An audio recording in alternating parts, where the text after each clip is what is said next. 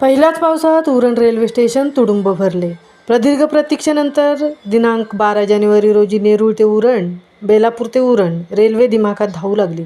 परंतु नव्याचे 9 दिवस असे म्हणतात आणि आता पहिल्याच पावसात उरण रेल्वेच्या अंडरग्राऊंडमध्ये 4 ते 5 फूट पाणी साचले आहे. तुडुंब पाणी भरले आहे. यावर्षी पाणी साठू नये म्हणून रेल्वे प्रशासनाने खबरदारीची उपाययोजना म्हणून पाणी काढण्यासाठी पंपाची व्यवस्था पावसाळा सुरू होण्यापूर्वीच करण्यात आली असतानाही आजच्या पावसात मात्र उरण रेल्वे स्टेशन अंडरग्राऊंड पाण्याने तुडुंब भरले असल्याने रेल्वे प्रवाशांना नाहक मनस्ताप होत आहे. तुंबलेल्या पाण्यातून मार्गक्रमण करावे लागत आहे. लहान मुले, महिला प्रवाशांना याचा मनस्ताप होत आहे. महामुंबईसह तृप्ती भोईर, उरण.